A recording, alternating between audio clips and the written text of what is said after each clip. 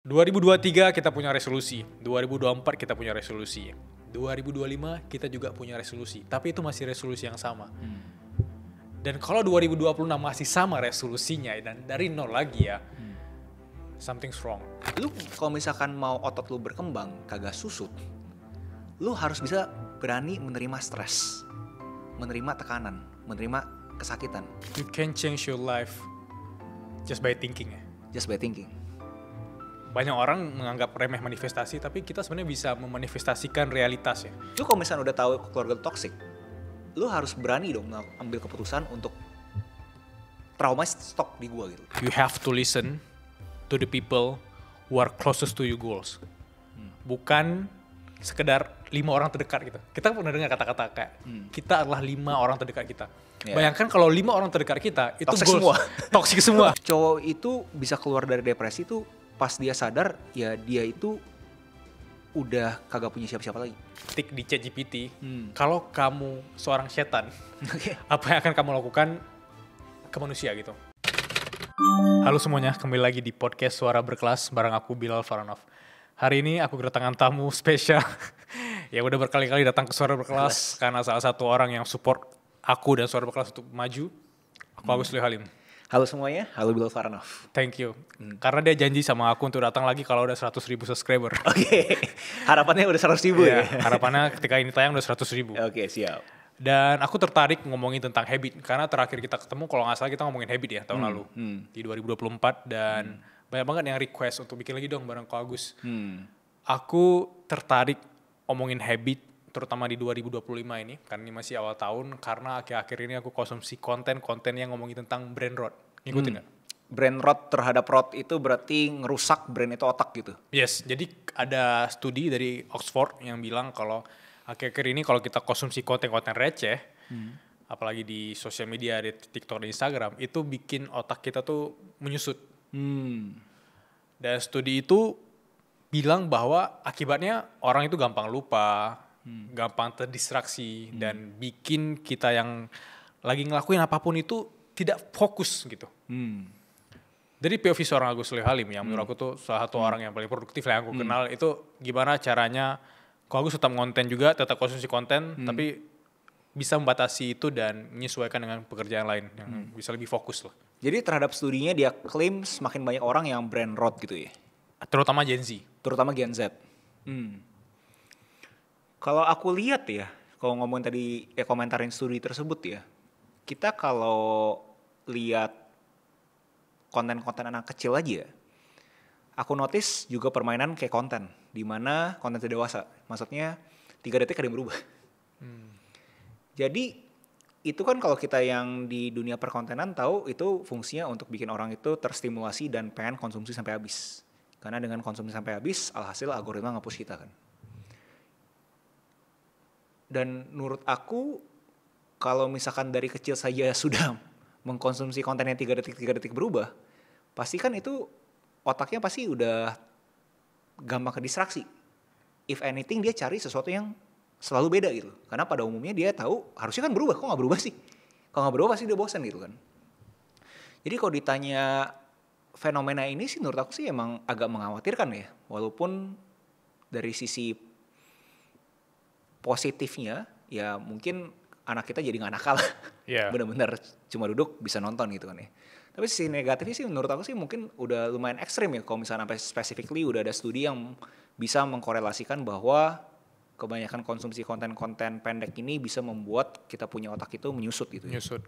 Luar biasa sih. Tapi kalau misalnya kan tanya aku tipsnya bagaimana ya, aku justru coba lawan dengan habit yang bener-bener kontras dengan itu. Contoh konsumsi video-video pendek segala macam kan ya karena kita punya atensi kan rendah kan. Dan habit yang dikontraskan ya berarti kalian harus tahu suatu aktivitas yang lama. Contoh apa? Yang paling simpel baca buku. Kalau nggak bisa baca buku, menulis. Itu kan kegiatan-kegiatan yang lama gitu kan. Jadi coba kalian kontrasin gitu. Kalau dari sisi aku sih ngelihatnya namanya konsumsi konten pendek ini kan keputusan nih. Kamu bayangin ya, kamu buka pagi-pagi, bangun pagi, kamu punya handphone, keputusan satu. keputusan 2, keputusan 3, keputusan 4 gitu. Gimana cara otaknya kita itu bisa berfungsi dengan baik kalau misalnya dari pagi aja kita sudah membuat suatu keputusan-keputusan. Dan keputusan-keputusan tersebut tanda kutip tidak berfaedah juga. Yeah. Karena kita terus scroll gitu. Gimana caranya kita bisa jadi efektif melalui kita punya hari dengan kalau misalnya kita punya habit scrolling sih. Menurut aku itu sih bahaya sih. Tapi gimana cara kita ngehack otak kita untuk tidak melakukan hal itu? Karena menurut aku sulit ya. Maksudnya bangun pagi nih. Kalau aku olahraga pagi, berat.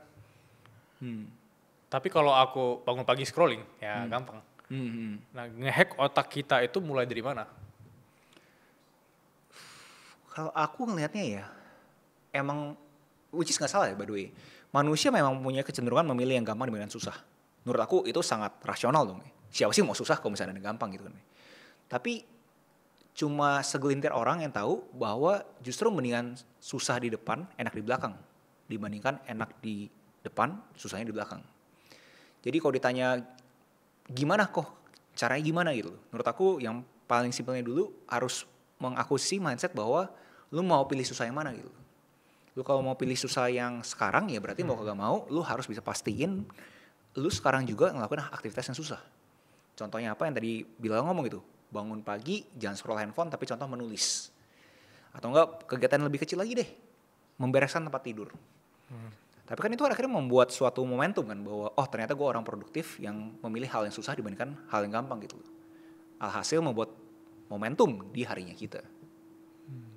Tapi banyak orang kan tidak melihat ke depan gitu. Masih konteksnya tidak melihat ke depan, bahkan untuk manifestasi aja orang itu masih apaan sih manifestasi gitu. Tapi menurut aku hal-hal kecil kayak misalnya kebiasaan kecil di 2025 awal, orang tidak mungkin atau tidak bisa melihat di 2026 awal karena setahun ke depan kan jauh atau mereka masih lama deh. Tapi ada nggak dari POV Ko Agus konteks kayak apakah neuroscience atau apapun itu tentang kita sebenarnya itu bisa melihat versi kita ke depan loh. Bukan peramal ya, tapi kita bisa membawa versi kita yang sekarang ini yang mungkin belum siapa-siapa atau kita masih punya problem dengan berat badan ke versi yang terbaik kita. Karena aku dengar sering dengan kata-kata manifesting dan segala macam. Itu banyak orang masih membantah dan banyak juga teman-teman aku yang katanya terbukti Bil. Itu ada hubungan sama otak atau ada hubungan sama kehidupan alam bawah sadar atau gimana? Iya kalau secara studi neuroscience sih aku nggak ada yang benar-benar aku bisa kutip ya. Kamu ada neuroscience yang benar-benar kamu bisa kutip? Aku nggak ada spesifiknya tapi aku kebayang kalau sebenarnya kita itu bisa menggambarkan apa yang ingin kita gapai di hidup ini. Misalnya 2019 aku pengen punya podcast. 2019 aku pengen punya podcast tapi yang aku lakukan yaitu karena belum ada modal untuk sewa studio atau apapun itu ya aku ngonten. Aku dengerin podcast di luar negeri kayak Chris Williamson, Rich Roll dan lain-lain. Ya aku belajar gimana caranya ketemu sama orang untuk gimana nih ngobrol-ngobrol segala macam. Dan waktu itu ada momen di mana ketemu dari teman ke teman, ketemu Ko Agus, teman-teman lainnya dan obrolin ide-ide itu. Dan ternyata nyambung, ya udah kita bikin podcast dan itu sesuatu yang pernah aku bayangkan walaupun tidak selaras gitu. Bahkan hasilnya lebih baik. Sesuatu yang aku plan kadang yang ter-unplan bahkan lebih baik. Itu sih yang aku bisa komentarin dari sisi pengalaman aku gitu. Iya, kalau dari sisi aku sih aku berasa orang-orang yang memilih mudah ini karena mereka tuh nggak punya kesadaran bahwa menuju yang mereka mau versi terbaiknya mereka tuh harus milih yang susah. Itu menurut aku. Nah terhadap neuroscience manifesting segala macam, apakah itu penting? Menurut aku bisa dibilangin sesuatu yang nice to have. Boleh dilakukan dan menurut aku bisa jadi penting kalau misalnya kamu beneran tahu tujuan kamu mau kemana. Tapi pasti orang kan selalu ngomong kan kayak, ya lu mah gampang karena lu bisa konsisten gitu. Yang susahnya konsistennya bos gitu kan ya. Tapi aku kalau bisa coba elaborasi ya terhadap konsistensi ini ya. Aku rasa tuh orang-orang yang nggak konsisten itu tuh ada dua tipe orang. Yang konsisten tuh cuma satu. Dua tipe orang yang nggak konsisten adalah tipe orang yang pertama yang udah tahu goalnya kemana. Karena dia udah tahu goalnya kemana, dia bilang susahnya konsisten. Ya kan? Itu pertama tuh, tipe yang pertama. Nah, tipe orang yang akhirnya benar-benar bisa menuju goalnya, atau lebih tepatnya yang selalu bergerak, itu tipe orang yang punya tekanan. Karena tekanan kan membuat dia mau kagak mau harus bergerak kan. Nah itu orang yang konsisten tuh tipe-tipe orang yang punya tekanan. Nah ada tipe berikutnya yang paling ekstrim, yang benar-benar pencapaiannya ekstrim, itu menurut aku saat orang itu punya tekanan, punya goal. Wah itu ekstrim tuh. Karena dia udah gak bisa kiri kanan atas bawah kayak gitu. Dia tahu dia harus beraksi seperti apa, dia tahu tekanannya sebesar apa. Jadi terhadap manifesting ini segala macam, as long kalian tahu kalian itu mau goalnya kemana dan abis itu tekanannya itu ada, menurut aku sih pasti kalian bisa tercapai apapun yang kalian inginkan gitu. Karena ada juga di podcast yang 20-20an ada orang bilang bahwa dia nggak bisa gitu. Yeah. Which is dia sendiri pun ngomong dia nggak bisa. Dia mau jadi tipe yang seperti apa gitu.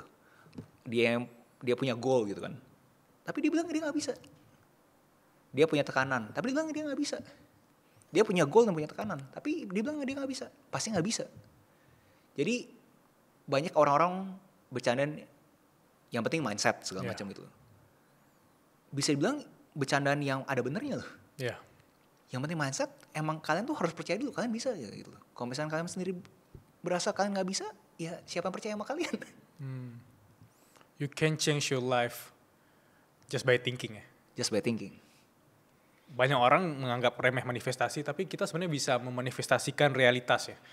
Konteksnya kayak aku bilang tadi, mungkin 3 tahun yang lalu, aku gak kebayang kalau punya podcast yang 100.000 subscriber ya. Tapi aku membayangkan kalau aku punya podcast 100.000 subscriber, apakah aku bahagia? Dan kenyataannya, aku tidak bergantung pada kebahagiaan, tapi aku bergantung pada kebiasaan-kebiasaan kecil yang bawa aku ke sana. Konteksnya gini, dulu jujur kok Agus, waktu aku masih SMA dan kuliah, aku mikir aku harus sukses dulu baru bahagia gitu. Oke. Dan ketika menjalani ini, shifting mindsetnya.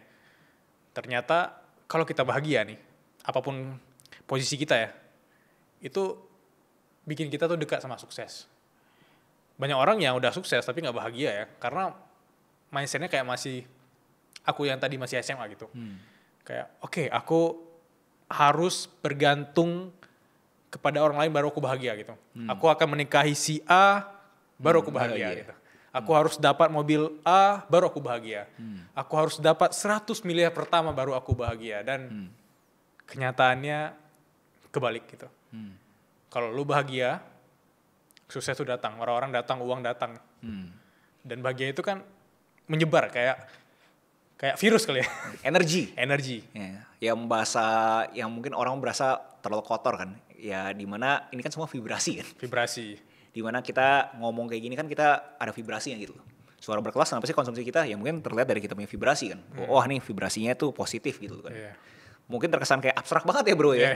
Tapi maksudnya vibrasi yang positif ini harus bisa kalian itu ambil positifnya. Abis itu kalian coba pikirin kalian tuh maunya seperti apa gitu. Nah buat orang-orang yang masih klaim mereka tuh kagak bisa, itu aku agak bingung mulainya dari mana gitu. Karena mereka tuh emang gak menyukai hal yang susah.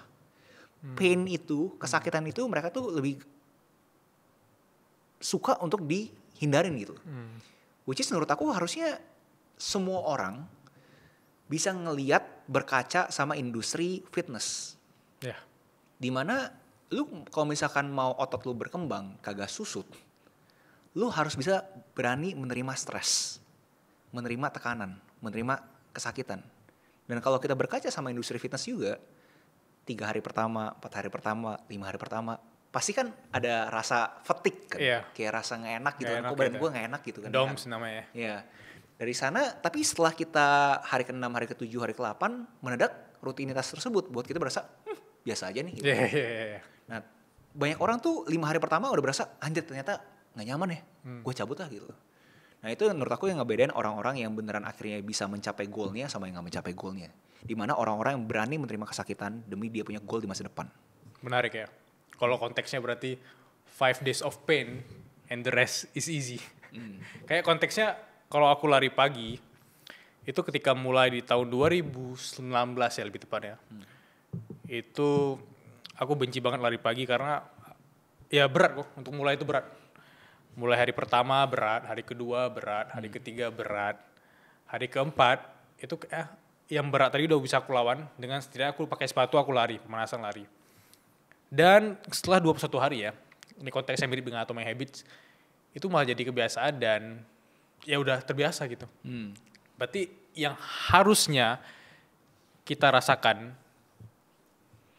kesakitan, pain ya, atau dalam konteks journey di industri kreatif atau journey apapun lah yang kita ingin capai di dunia ini ya itu ya momen pahitnya itu.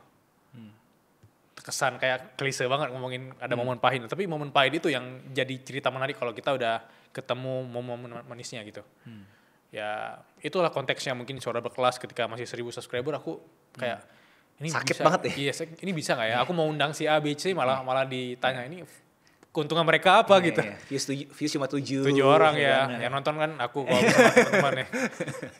Dan itu bener kayak kata Ko Agus tadi kayak 5 days of pain.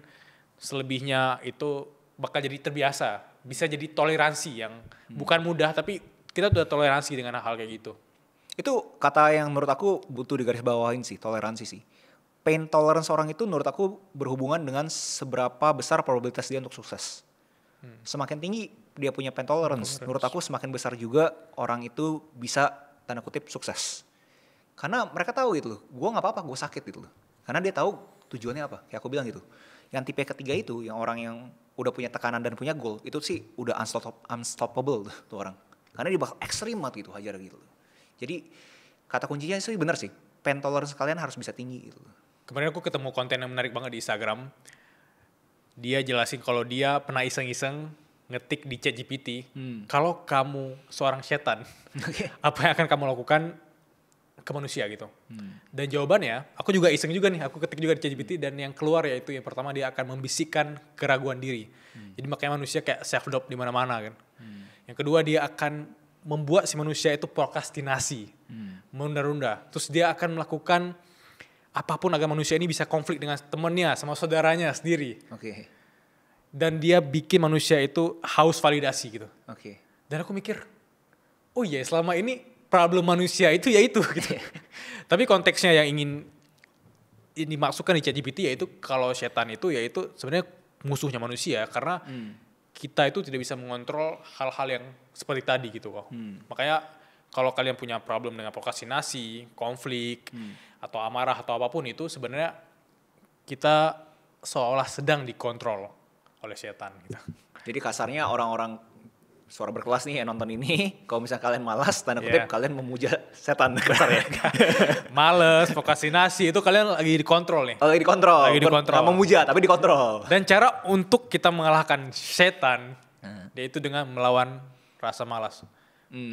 Itu kalau konteksnya dari sisi self improvement ya, di versi habit lah di 2025, kalau misalnya kalian bangun pagi, kan misalnya orang pagi jam 5 tuh bangun ibadah ya, atau bangun meditasi. Kan setan bilang jangan ibadah ngapain gitu, main HP aja scrolling atau jangan olahraga scrolling aja setan yes kalau kita scrolling, kalau kita akhirnya mageran si setan ini bakal yes gitu. tidur lagi atau apapun yang kita lakukan yang dimana dibisik kalau setan ini kalau dia menang ya setiap hari kita bukan cuma kalah lawan diri kita sendiri, bukan you versus you, bukan kita kalah lawan rasa malasmu, bayangkan kalian tuh kalah sama setan itu. Itu mungkin mindset baru yang bikin orang, oh iya ya gitu.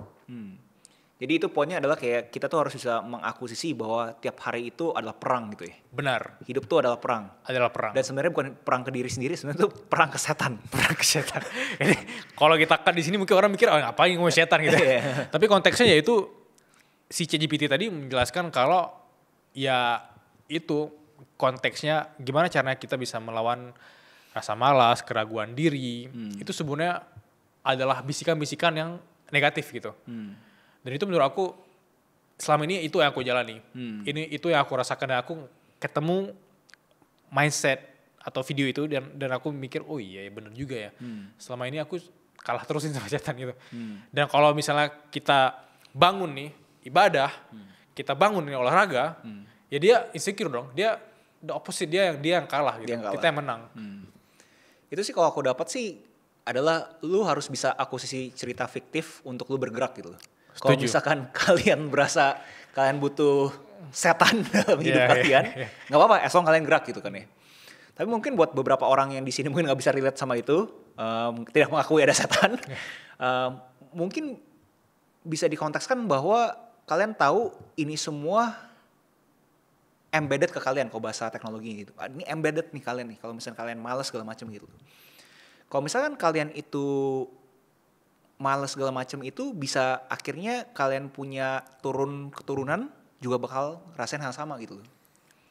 Jadi sekali lagi ini kan cerita fiktif ya. Gimana caranya kalian bisa mengakuisisi cerita fiktif untuk kalian bergerak? Kalau misalnya kalian nggak bisa dapetin tadi cerita setan, kalian harus mikirin kalau misalnya gue males, gue punya anak bakal males juga. Mayoritas harusnya kalau ngomong secara rasional, anak itu selalu ngikutin orang tuanya. Makanya ada pepatah bahwa buah tuh nggak jatuh jauh dari pohonnya kan. Jadi kalau misalkan lu males, jangan mikirin bahwa diri lu doang males.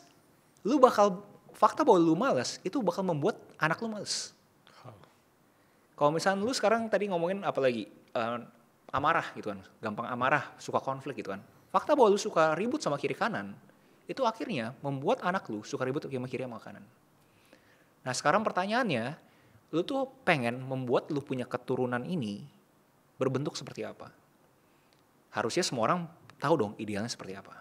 Idealnya seperti apa, itu yang lu akuisisi cerita fiktif tersebut itu. Gue harus bisa profilnya seperti ini. Profil keturunan gue bentuknya seperti ini. Karena apapun yang lu hindarin sekarang, itu akan menjadi masa depannya lu. Kalau misalnya nggak jadi masa depannya lu, akan menjadi masa depan anaknya lu. Kalau misalnya nggak jadi masa depan anaknya lu, bisa jadi masa depan cucunya lu, cicitnya lu, dan keturunan lu berikutnya. Oh.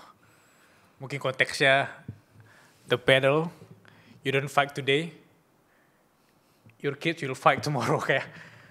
Kalau kita nggak ngelawan battle, apakah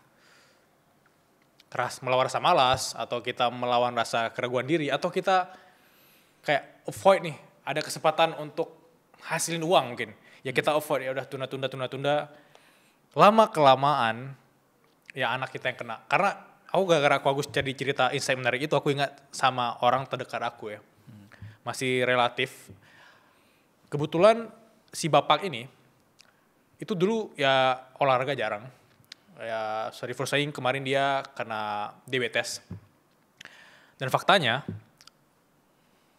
diabetes itu turun ke anaknya dan anaknya itu sepantaran aku sekarang masih muda udah kena diabetes dan aku pikir itu bapaknya yang turun diabetes dan kakeknya nggak ada kebetulan bapaknya yang pertama dapat diabetes dan kebiasaannya itu ya dia tidak olahraga, ya dia makan sembarangan, ya tidak kontrol, secara istirahat juga enggak. Dan itu diturunkan ke anak. Dan aku mikir, apapun yang kita lakukan sekarang, mungkin ini juga pembelajaran untuk aku, itu enggak cuma untuk kita doang ya Pak Agus ya. Bisa jadi apapun yang kita usahakan sekarang, dampaknya positif ke anak kita nanti. Apapun yang kita lakukan negatif, dampaknya juga Anak kita juga. Anak kita juga gitu. Mungkin dalam konteks rumah tangga banyak orang ya tidak bisa mengontrol egonya, emosinya, perceraian gitu. Anaknya ya Most likely secara rasional ya, mungkin aja mengikuti kan. emosian atau apa. Tapi kan dampaknya dari sisi sosial juga dia berpengaruh gitu. Orang tuaku ada problem segala macam. Kalau di sekolah dia apa itu hal yang paling sederhana. Tapi kalau versi aku yang mungkin konteksnya masih muda yaitu alhamdulillah hari ini aku nggak pernah ngerokok ya. Jadi aku udah konteksnya aku nggak mikir ke sana, tapi wah mungkin yang bisa aku banggakan ya aku tidak merokok ya mungkin semoga aku nggak ngerokok juga gitu. Karena banyak ayah justru dia ingin yang terbaik untuk anaknya kan. Ya kenapa nggak si ayah ini juga jadi visi terbaiknya gitu. Memberikan contoh.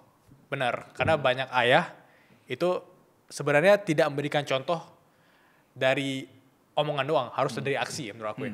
Dan ya ngomong padanya, manusia kan mimicking kan. We are a mimical creature kan. Kita tuh suka meniru kan. Kalau misalnya sekeliling kita nggak kayak gitu ya bakal susah kan.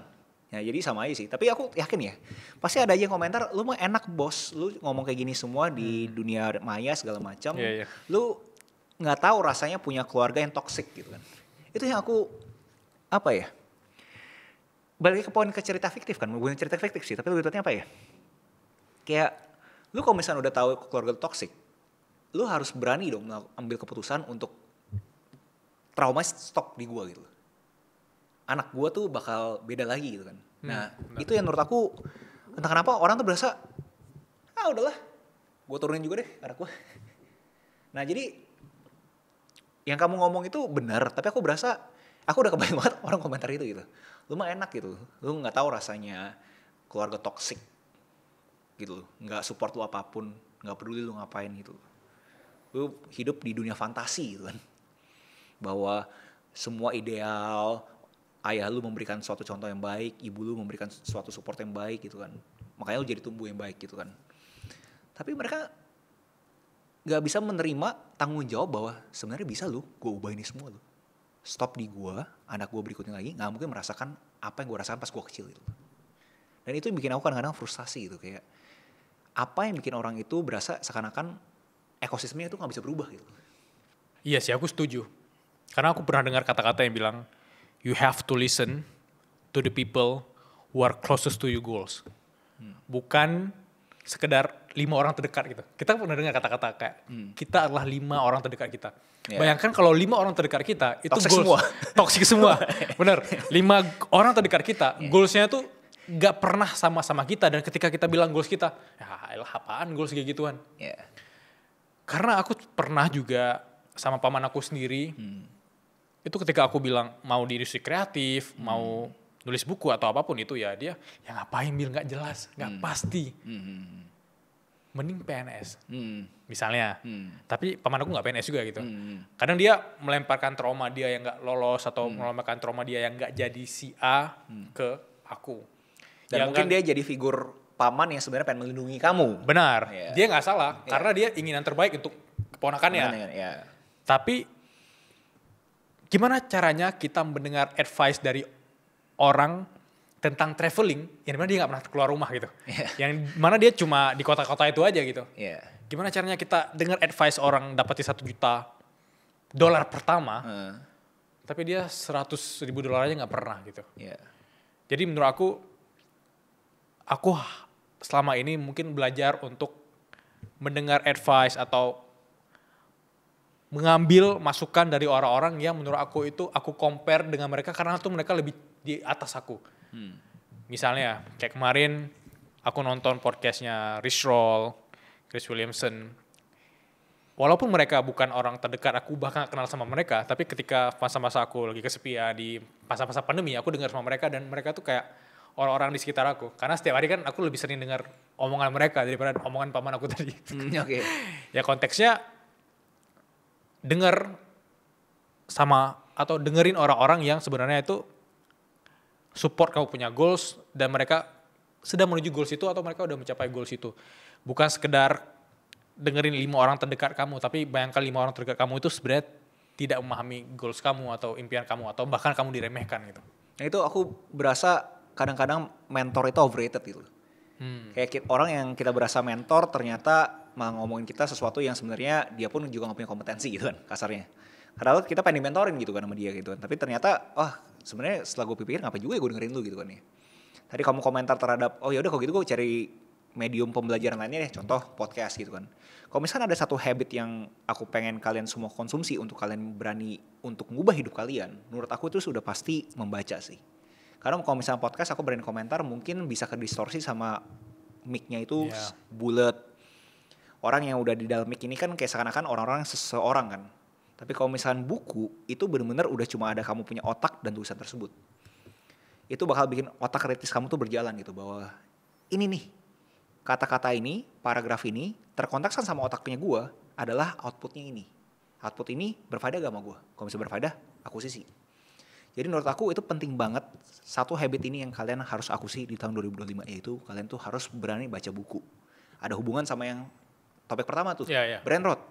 Kalau misalnya lu berasa lu tipe orang yang sama kayak yang dideskripsikan sama Bilal di awal, di mana doom scrolling gila-gilaan, lawan sama aktivitas yang bikin lu benar-benar berani diem dan cuma ada lu sama pikiran lu dan lu punya buku gitu. Itu bakal ngebantu lu. Jadi ke komentarnya Bilal terhadap 5 orang segala macam, yes itu bener, aku berasa ekosistem kalian emang bakal ngebentuk kalian. Kalau misalkan kalian berasa ekosistem kalian di sana-sana aja, kalian harus pikir ekosistem apa yang dekat sama goalnya kalian, bukan dekat sama kalian, tuh aku juga setuju. Tapi di saat dekat sama goalnya kalian pun juga kagak ada, maksud tidak mempunyai privilege. Pasti ada dong komentar kan, bro lu mah enak, yang dekat sama goal lu punya koneksinya, gue nggak punya gitu. Aku argue semua orang punya kapasitas untuk bisa baca buku. Mungkin ada yang bilang, ya udahlah bro, lu mah enak tinggal hidup di kota, jadi aksesnya banyak gitu. Ya udah, e-booknya juga udah banyak gitu kan sekarang kan. Yeah. Di ChatGPT pun banyak gitu kan buku-buku gitu kan, summary-nya lah ya. Jadi menurut aku harus bener-bener berpikir secara kritis, gimana ya caranya gue tuh beneran bisa ngubah hidup gue gitu. Harus fokus gitu. Dimana menurut aku fokus tuh susah. Kamu ngomong quotes ada yang bilang juga kan bahwa ngomongin fokus, orang idiot yang fokus itu lebih berbahaya loh dibandingkan orang pinter yang gak fokus, yang gampang ke distraksi. Gak paham. Karena argumennya adalah orang pinter tapi ke distraksi terus, gak ngapain. Jadi seakan-akan dia masuk ke suatu ruangan kerjaan, dia mau ngerjain 10 task gitu kan. Dia langsung kerjain satu dulu, 7, ketiga, kelima, kayak ngaruh kidul gitu kan. Dilawan sama orang idiot yang fokus, ya udah gue 1 dulu, 2, 3, 4, 5, 6, 7, 10, thank you, ya bye. Nah, poin besarnya jangan ngomongin orang bego sama orang pintarnya ya. Konteksnya adalah seberapa pentingnya fokus gitu. Dan menurut aku gak banyak orang bisa mengakuisisi habit positif, bisa mencapai goalnya karena mereka itu kagak fokus. Karena kita ngomongin Warren Buffett pun ditanya kan sama Bill Gates kalau nggak salah, dia dikasih tahu di suatu tempat dan ditanya di tempat yang berbeda, di waktu yang berbeda, ditanya, menurut lu apa sih satu poin besar orang-orang itu bisa sukses, bisa kaya, apapun itu. Dua-duanya jawab fokus. Orang yang berani attack satu poin gila-gilaan itu yang bakal menang gitu. Nah itu baik lagi, kalian itu berani fokus gak untuk kalian itu bisa memperbaiki diri kalian di tahun ini? Karena waktu aku dulu masih kuliah, aku ngeliat teman-teman aku yang pintar banget. Itu apapun chance-nya diambil. Konteksnya ada kegiatan mahasiswa diambil, ada pertukaran diambil, ini diambil. Gak selesai kuliah. 7 tahun. Tapi ada orang yang ya bukan berarti dia gak ambil semuanya, tapi dia fokus saja kuliah. Dan dia tekunin apa yang dia dalamin, kuliahnya kebetulan jurusannya tepat, dan sekarang kerja, dia bangun perusahaan, dan menurut aku itu kayak konteksku aku bilang tadi, ya si paling pinter itu kebanyakan nih, banyak nih distraksinya. Tapi setelah itu bingung mau ngapain kan, dan kerja juga gak sesuai jurusan, dan harus mulai dari nol lagi. Tapi si temen yang satu lagi tadi yang memang fokus di sana, let's say dia emang spesialis lah, tapi titik yang aku bisa tangkap dari dia itu, yaitu fokus kayak aku bilang tadi. Kayak kita ada waktu 12 jam nih, output yang paling efektif yaitu ketika deep work kita kan, kerja kita paling fokus ya 3 jam, 4 jam. Let's say ada 5 jam, 6 jam itu terdistraksi, tapi hasilnya tuh lebih menarik atau lebih efisien yang hasil deep work, fokus. Setuju banget sih. Tapi balik lagi ke kita punya statement di awal terhadap brain rot segala macam, habit segala macam. Apa nih Bill? Konklusinya, aku gak pengen orang-orang di kolom komentar bakal komentarin kayak ini abstrak banget nih bro, kasih gue suatu aksi dong. Apa konklusinya? What you're not changing, you're choosing. Apapun kebiasaan buruk yang tidak kita ubah di 2025, yaitu pilihan kita gitu. Bahwa kita memilih untuk buruk. Kita memilih untuk gitu-gitu aja. 2023 kita punya resolusi, 2024 kita punya resolusi, 2025 kita juga punya resolusi, tapi itu masih resolusi yang sama. Dan kalau 2026 masih sama resolusinya dan dari nol lagi ya, something's wrong. Jadi apapun yang tidak kita ubah, kita complaining dengan pekerjaan kita, complaining dengan berat badan kita, apapun kita complaining, ya itu pilihan kita karena kita tidak fokus, tidak disiplin. Itu sih dari semua obrolan kita, menurut aku tuh kita punya goals, kita punya ambisi. Ya mungkin ada 1-2 goals yang tidak sesuai dengan rencana, tapi menurut aku kalau kita masih membiarkan distraksi masuk, kalau kita masih ngomong-ngomong doang tanpa aksi, ya menurut aku banyak hal yang belum kita ubah gitu. Ya, kita ngomong apa deh, kita berdua cuma konten kan. Konten. Konten di dunia maya gitu. Yeah. Kalau misalkan kalian habis konsumsi ini nggak beraksi, it's on you guys. Bener, kayak ini Agus juga kayak gini, Bila juga kayak gini, gampang banget ngomong ya, ngomong gampang, tapi Mereka juga ngomong doang. There's learning by doing menurut aku. Apa yang kita omongin itu tanggung jawab untuk Bila dan Agus untuk juga ngelakuin hal yang sama menurut aku. Mungkin kadang-kadang menurut aku ada orang-orang tuh berasa mungkin egonya ketinggian kali ya. Berasa bahwa gue pinter, lu pada bego, kemudian gue komen nyinyir aja gitu. Kayak berasa ya udah bro, kita sama-sama tolol aja. Lu kan konten kan, lu cuma YouTuber ya kan. Ya udahlah gue bacotin juga. Ya udah kita sama-sama orang-orang bego aja gitu. Tapi maksudnya menurut aku buat orang-orang yang berani untuk ngubah hidupnya itu, tuh orang-orang yang berani untuk nurunin egonya dan mereka itu bahasa Inggris unlearn. Mereka tuh berani untuk unlearn to learn more gitu kan. Bahwa mereka ya udahlah, gue coba deh beberapa hal gue riset dulu nol untuk gue tuh belajar lebih banyak lagi gitu. Dibandingin gue terusin, gue learning skills gue udah tinggi banget, gue gak mau dengerin ABCDFG gitu. Begitu orang udah bisa turunin, mereka punya gelas, kayak dia punya air gitu kan, baru mereka tuh bisa ngisi lagi kan. Dan kebanyakan orang berasa, ya udah gue udah pinter. Makanya mereka lebih menarik ya. Jadi di Edutiva itu kan aku notice beberapa orang-orang ikut bootcampnya aku. Itu justru kreator yang pernah aku kagumi gitu. Itu menarik ya. Kayak bahkan aku nonton podcast Raditya Dika kemarin, dia bilang dia kalau sebelum stand up dia download dulu Udemy untuk belajar stand up lagi dari orang. Dan komika-komika lain malah penasaran nih kok bisa orang ini belajar lagi. Itu yang menurut aku bikin orang itu lebih awet muda otaknya kali ya. Karena dia tidak menutup pintu kemungkinan untuk belajar hal baru atau belajar lagi gitu. Itu harus aku garis bawah itu, belajar lagi. Maksudnya mungkin itu hal-hal yang sama gitu loh. Entah kenapa, belajar hal yang sama tuh sesuatu yang kayak seakan-akan negatif gitu. Kayak udah baca buku, udah beres, ya udah dong. Tapi kalau misalnya buku itu tanda kutip sebegitu bagusnya, it's okay guys. Buat baca lagi, konsumsi lagi, belajar lagi. Habis itu kalian praktisi lagi. Dapat konteksnya barulah kalian move on ke buku berikutnya. Tapi begitu 5 tahun, 10 tahun kemudian kalian berasa ada yang salah dalam hidup kalian buka buku lagi, it's okay gitu, that's fine. Entah kenapa orang tuh berasa belajar lagi itu sesuatu yang negatif. Karena orang gak mau ngerasain pain yang tadi aku bilang tadi. Egonya dong berarti kan? Iya, kita ke gym, aku hari pertama ke gym, di samping aku tuh badannya bagus banget. Tapi aku masih malu karena aku ngerasa kalah. Tapi kalau dipakai mindsetnya, aku datang ke gym, gak fokus ke orang lain, tapi aku fokus untuk setahun kemudian aku fit. Itu beda. Itu beda. Aku datang ke perpustakaan, baca buku yang mungkin buku yang masih kanak-kanak lah ya. Aku ingin belajar bahasa Inggris.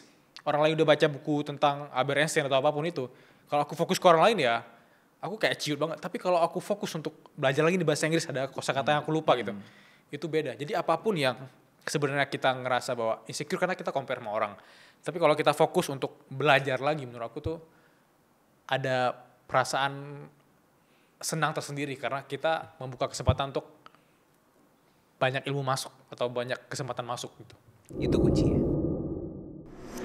So, itu adalah podcast berkelas. Kalau kalian mau tahu kelanjutannya full episodenya, kalian bisa cek link di deskripsi. Buat kalian yang agak bingung kenapa mendadak kita ngomongin podcast, karena kalau kalian kagak tahu, gue tuh punya kreator masterclass. Gimana gue kasih tau kalian gimana caranya menjadikan konten kreator itu profesinya kalian. Dan abis itu gue ketemu satu peserta gue yang namanya Bilal Faranov. Akhirnya dia berhasil menjadikan konten kreator itu profesinya dia. Lalu abis itu kita melakukan suatu inisiatif di mana kita menjadikan suatu studi kasus lagi, di mana kita akan kasih tahu bahwa ini semua bukan keberuntungan. Kita bikin satu akun namanya Sekelas, Sekolah Kelompok Malas. Dan alhasil meledak banget seperti yang kalian bisa lihat insight-nya. Banyak banget komentar-komentar terhadap minta kita bikin podcast. Dan akhirnya Bilal merealisasikan wacana tersebut. Buat kalian pengen dengerin full podcast ya, bisa cek juga ke link di deskripsi. And apa tuh komentarnya kalian?